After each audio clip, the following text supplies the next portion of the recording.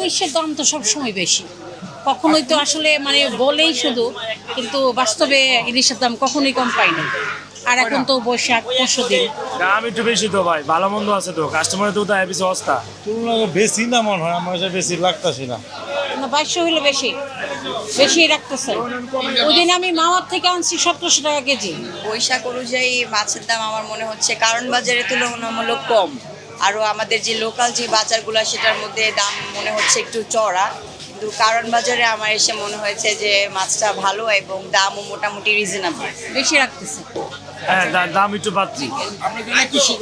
না না 1700। হ্যাঁ না না 1700 এক টাকা উপরে আমি পাবো। ফ্রিজের মাছ হচ্ছে যেটা আপনার হলো 150 টাকা 1 কেজি, 100-200, আর 1 কেজি 200-300 গ্রাম 4200 টাকা কেজি। এটা হলো কাঁচা, এটা হলো ফ্রিজের।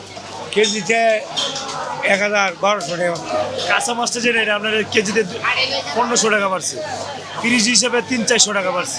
কাঁচা মাছ নাই, তাহলে একটু দাম বৈশাখের কারণে একটু দাম বেশি। আর বৈশাখে মাছ কম, এই জন্য মাছ কম। বৈশাখ উপলক্ষে তো মাছ তো শুনছি, কিন্তু কাস্টমার কম, দাম কম আছে মোটামুটি। ইলিশের কাস্টমার নাই, না বাড়ার দরকার নাই, আমি আগে ভাগে দুটো বেচতারি আল্লাহ আল্লাহরা, এই আল্লাহ কাছে লাখ লাখ শুক্রিয়া আদায় করি। এলা বারো কমে কেটে আমার দেওয়া, আমার জানটা বাছাই চালিয়ে